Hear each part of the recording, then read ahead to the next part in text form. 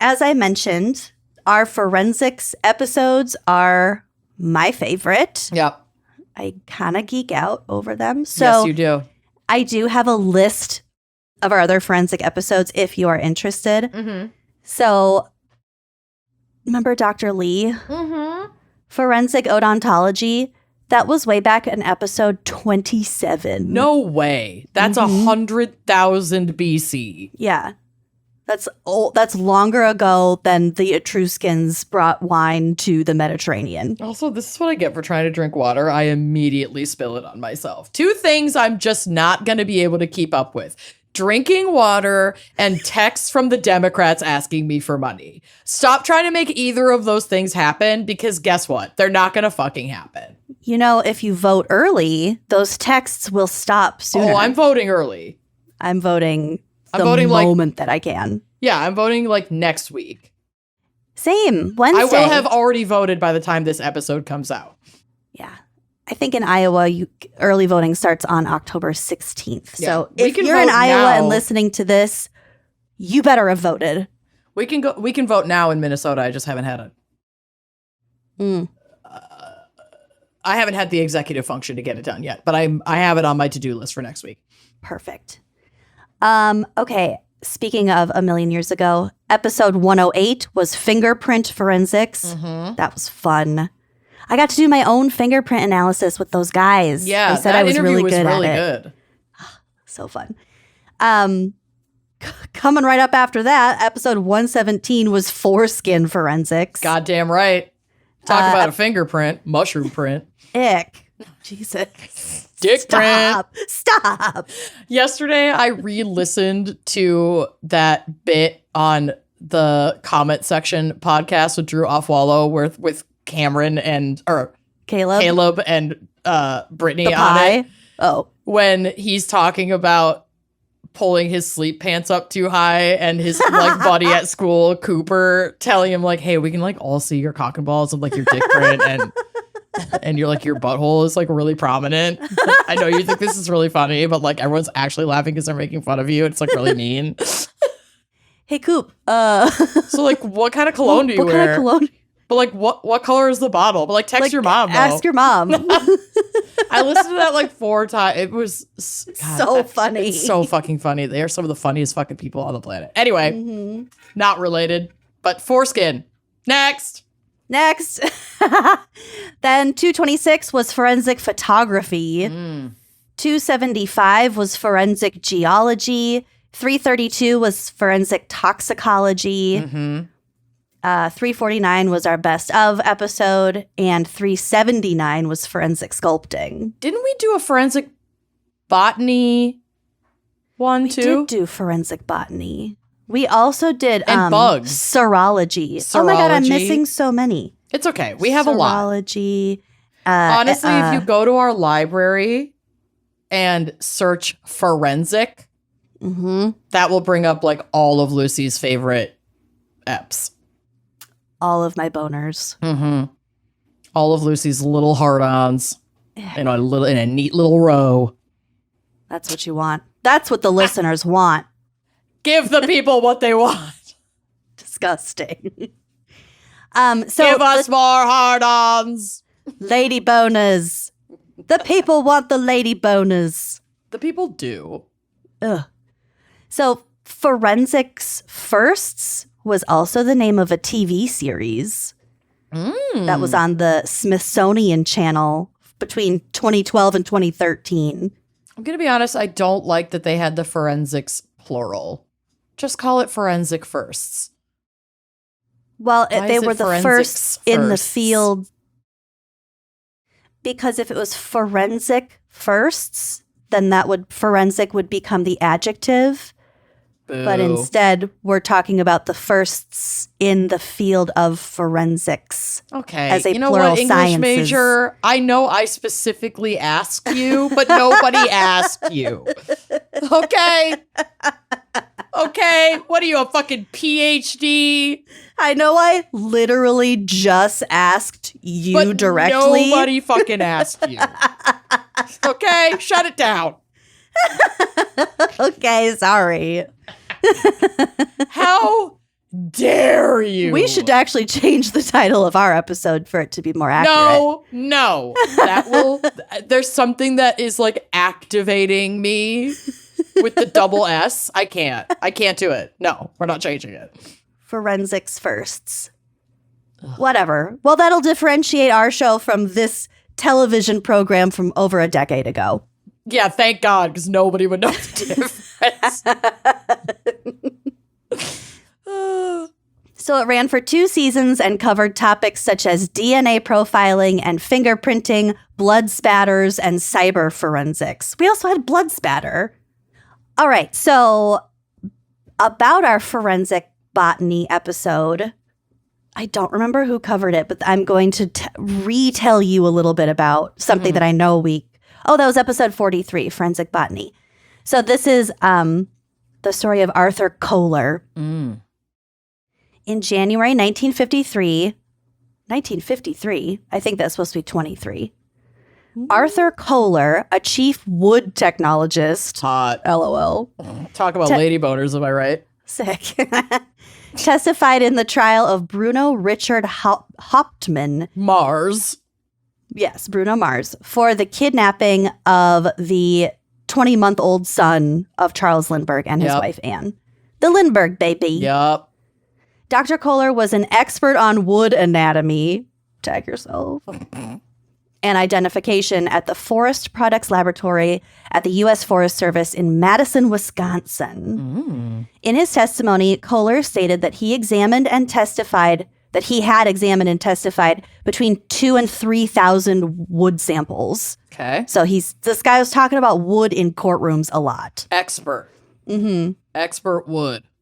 What was particularly unique about the testimony he gave was that it dealt with the structure of wood, specifically the wood of the ladder that the kidnapper used. So if you're unfamiliar, or if you forgot about the Lindberg Baby case, Charles Lindberg was the airplane guy. He had a baby. I forgot the baby's name. I think wasn't it like Baby Egg? Yeah, it was something ridiculous. Egg. I think its name was Egg. Or they called it Egg. Yeah, its nickname I think was Egg, but I don't think its biblical name was Egg. Could have been Eggly. Hey Siri, what was the Lindberg baby's name? On March 1st, 1932, Charles Augustus Lindberg Jr. Yeah, blah, blah, blah. I just want his name. Okay, I found this on the web for Bubba. I just want his Oh name. my God. Now it's giving me results for Bubba Gump Shrimp. I can't with What Siri. the fuck? Because I said, yeah, blah, blah, blah. Lindberg baby name. Egg. Charles Augustus Lindberg Jr. Oh, God. That was... They God called it Egg. damn it. AKA Egg. Egg K Egg. Lindberg Okay, so this was in 1953. Baby nickname. Because the kidnapping was in 1932. All right. Anyway, so the baby was sleeping in his room, I guess. The mother was in the bathtub. The nanny thought that the mother had the baby, and the mother assumed that the nanny had the baby, but really the baby was in its crib until someone came in and took the baby. But basically they found like the window open. They found this really grossly written ransom note. Yeah. With like weird symbols on it. It's the creepiest ransom. I know ransom notes are always creepy, but this is like the creepiest one. Particularly creepy. Yeah. And then the baby was gone. And then out in the yard, because the baby's room was on like the second floor, out in the yard, they found like pieces of a ladder. And it was like a homemade ladder because all ladders were homemade in 1932. Yeah. And they found the baby blanket too. Oh. And then like a little while later, they found the baby, baby egg. Okay, so they had pieces of the ladder, the wooden ladder. And according to some sources, this was the first case to have used forensic wood grain analysis to decide the whole case. Cool. At the time, using scientific expert witnesses was an uncommon and limited practice, and botanical evidence had very little precedent or standing in criminal courts. So presenting this type of evidence was highly unusual, and it wasn't immediately clear if that testimony was even going to be allowed. Mm-hmm. But it was so convincing. Kohler demonstrated for the jury that the hand plane marks, so like a plane meaning like a thing to chisel the wood down. Okay. It's like a sideways knife. Yep. So he demonstrated that these plane marks on the ladder matched the scoring marks that were made by the nicks and grooves of Hauptmann's personal plane. So he could see like, oh, there's a dent in it here and here. That lines up with the way that that the wood was shaved down in this area. It's like ballistics on this tool. Yeah. Cool. Exactly. His handsaw also left the same kerf as those on parts of the ladder, which I think is kind of it's the marks from the saw, the serrated teeth marks. And nails impressed with the letter P, like on the nail head, were found in both Hauptmann's toolkit and in the kidnapper's ladder. It's not looking good. Hauptmann, he was a carpenter by trade. He was a German immigrant. And his toolkit was missing a 3/4 inch chisel and was the identical make and pattern as one found at the crime scene that matched like a narrower one, like just a different sized one in his set. So it's like in a set. Yeah. Okay. And in a shocking twist, Kohler also matched the 16th rung of the ladder with a sawed-off floorboard in the attic of Hauptmann's apartment. So they could not only trace the tools used, but the materials used, or at least some of them. Yeah. The wood itself. Yep. Weird. Wood comparisons showed an exact match of the curvature, number, and width of the rings of the tree that the wood was cut from. Jesus Christ, the detail. Yeah. My executive function could fucking never. Isn't that so fucking cool? Yeah. I know we geeked out about this back in that episode also. But it's really fucking cool. It's really fucking cool.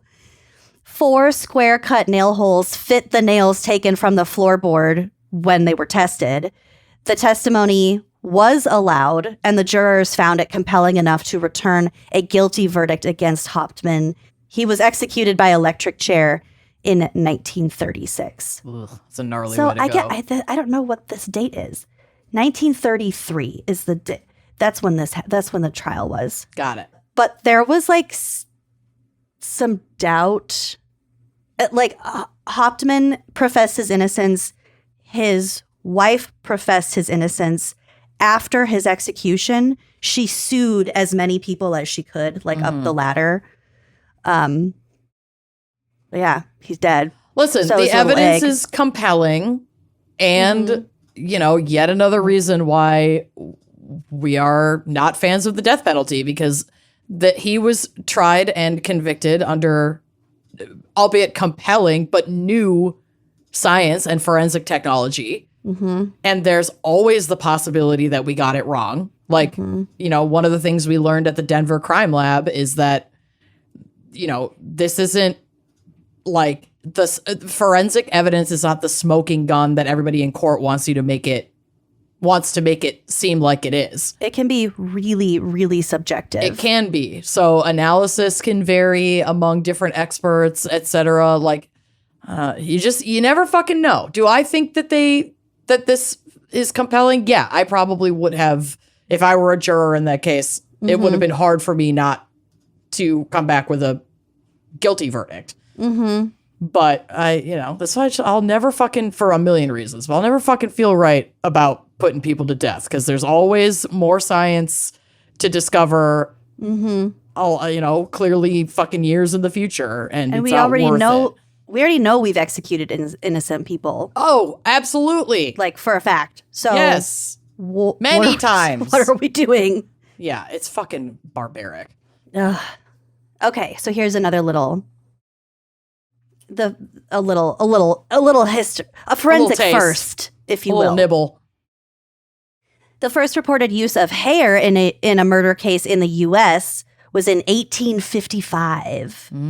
According to an article from the Virginia Journal of Criminal Law, it was in a murder investigation in Sunflower County, Mississippi. So 1855 in Mississippi. There was a lot of violent shit going on. So John Browning and his son Gaston. Oh my God. Were tried for the murder of John Neal, who was the overseer of a cotton plantation. I couldn't find anything that said whether John and Gaston were black. I don't think that they were, only because they were released. That's my only reasoning. But I don't know. Horrifying, but true. I mean, that's like a pretty reasonable for the time and even for now assumption. It seems like they had a fairly fair shake at things. Well, and there certainly were employed white people on plantations as well. So, they I think a lot of people probably wanted to murder cotton plantation overseers. So John Neal's neck had been dislocated and broken when they found his body. When searching the Brownings' home, investigators found a noose with blood and several hairs on it. Those hairs corresponded exactly in color and length to Neal's hair. However, a state Supreme Court justice found this evidence to be insufficient and the Brownings were not convicted. Okay. So it wasn't anything like DNA, like cellular analysis. No, but they were like, it's brown. And we still use hair analysis when we don't have the bulb to get DNA out of. Yeah. But that is often not compelling enough in court to get a conviction. Like, you don't want, you wouldn't try a case on hair analysis similarities alone. Yeah. It would be worth it.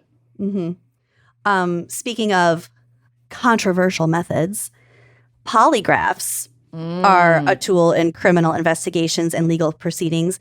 They aren't necessarily accurate, but they are employed frequently. In 1906, British heart surgeon Dr. James Mackenzie developed the first ink-writing polygraph to track a patient's irregular heartbeat. So it's just that needle that has ink on the end that it's bounces. Really, really sensitive, and it just moves with the paper rolling. While it was a much simpler version than the polygraph we know today, it works the same way. Yeah, we're using the similar technology. So a timbre. So think of like a tambourine. A timbre is kind of like a sort of drum, like an inverted bell, but it's meant to like capture vibrations. So a timbre is placed over a vein in the neck, while another is placed on the arterial pulse in the wrist. The movements of these vessels vibrate the diaphragms. These transmit the waves through rubber tubing to two recording arms, which record the pulse as continuous lines on the paper. Dang. So it was originally invented for the heart surgeon's use. It sounds like one of those Rube Goldberg machines where it's like you drop a marble and then that triggers this and then that triggers that and then it pours paint. And do you know what I'm talking about? You're not just talking about the transfer of energy thing? No, I don't know. I've seen them in OK Go music videos. I mean, it's not complicated. There's kind of just like 3 steps, but yeah, sure. It just reminds me of that. I'm thinking of the right thing. The self-operating napkin. Named after American cartoonist Rube Goldberg, is a chain reaction type machine or contraption initially designed to perform a simple task in an indirect and impractically overly complicated way. I just imagine these these suspects like attached to a Rube Goldberg machine, and that's bringing me joy. Just let me have this. You can have it, sister.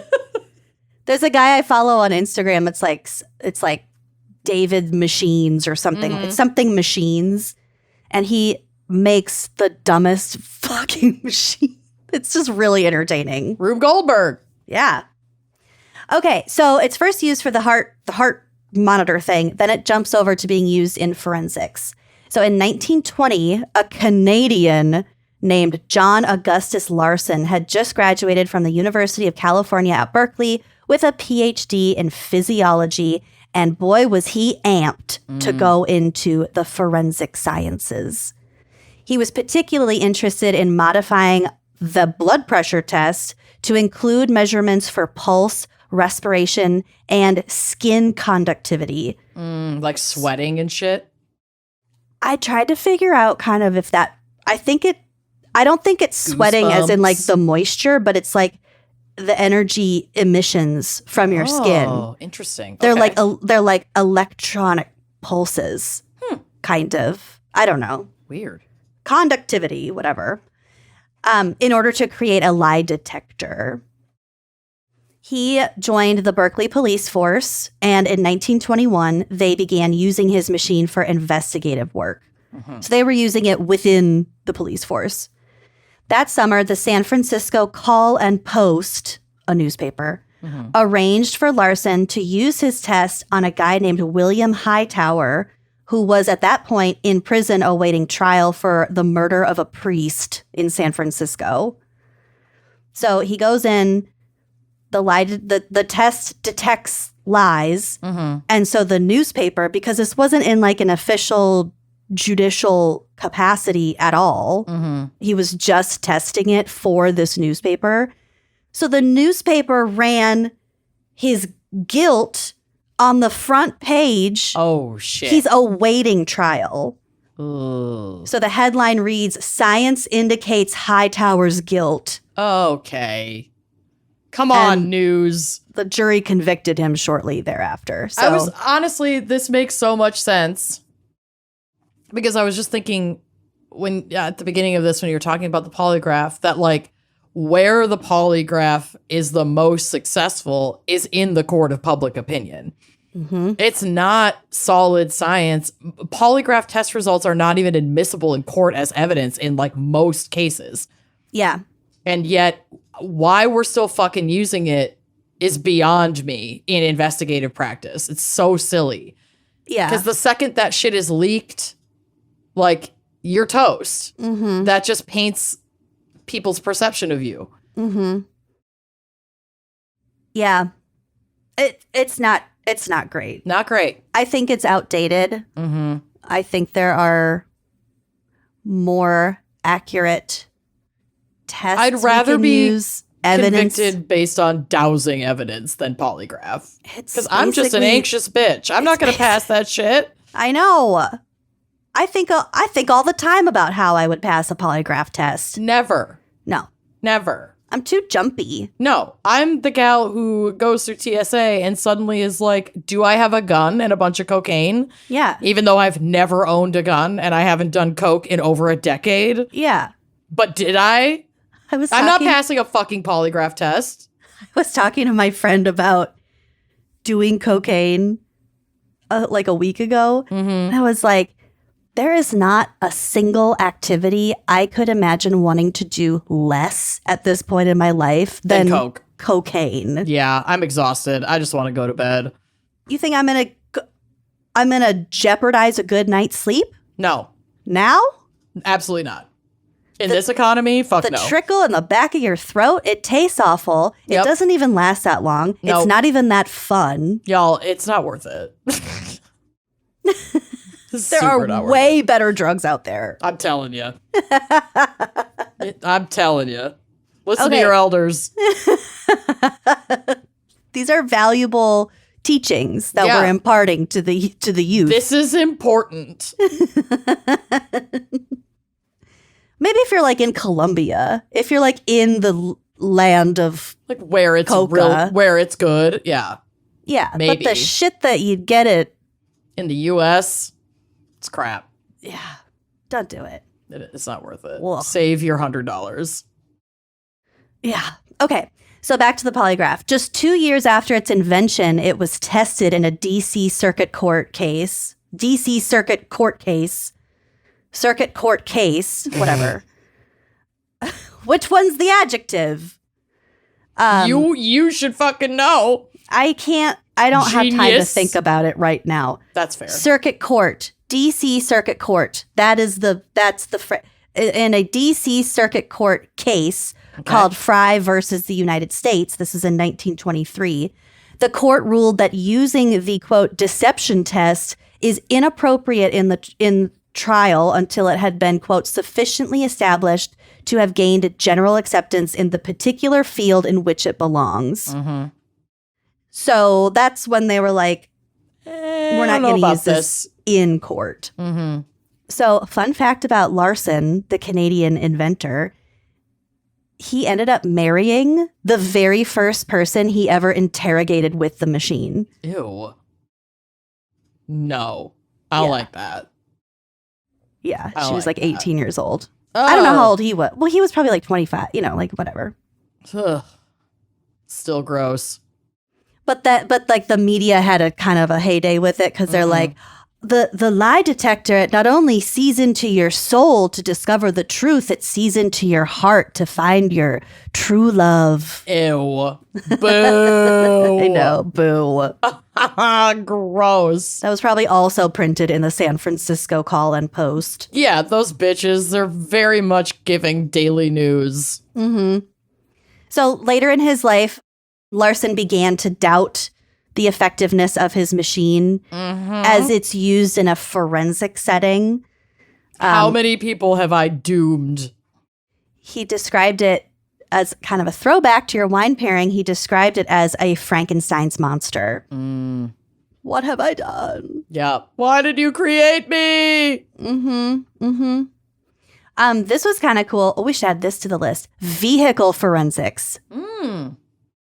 According to Forensic Magazine, which I know I have cited this and I have said this in the past, is my annual reminder to subscribe immediately to Forensic Magazine. Yeah. Forensic, singular. I love it. Vehicle forensics is a type of digital forensic science that focuses on identifying, acquiring, and analyzing data that cars, vans, and trucks have stored. So they can extract data from what's called the in-vehicle infotainment system, or IVI, which sounds like a fertility treatment. Yeah. But that's like your Apple CarPlay, shit like that. Yeah. So that includes not only just tracking GPS information, but also things like which doors opened at what times, which could verify whether someone was alone in a vehicle or not. Like, oh, well, your back passenger door closed at the same time as the driver door, so you were not by yourself. Yeah, and never reopened. Isn't that cool? Yeah, I mean, I'm glad for these kinds of reasons that we have access to that data.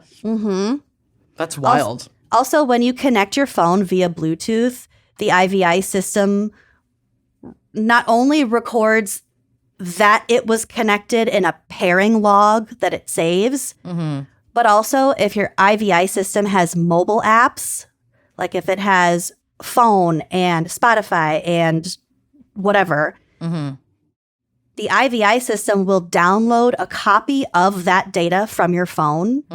So your car might have stored data that includes, for example, the entire contacts list of someone who rode in your car once a year ago. Yeah, that's why I never want to connect my phone via Bluetooth to a rental car. And anytime it prompts me to be like, do you want to sync your contacts? I always say no. Just in case. I hadn't thought about that before this. Because it's very convenient. Bitch, so I do think about that kind of shit. Well, yeah, you had your identity stolen. Sure did. There's a system called the Automatic Number Plate Recognition System, ANPR, which is a technology that reads vehicle license plates to identify them. It was invented in 1976 in the UK by the Police Scientific Development Branch. So they invented the ANPR system to combat terrorism, honing the technology into working prototypes by 1979. And in 1981, the ANPR saw its first arrest by identifying a stolen car. So it just scans vehicles, reads their plates, and then can send an alert to the authorities if there's like a one they're looking for.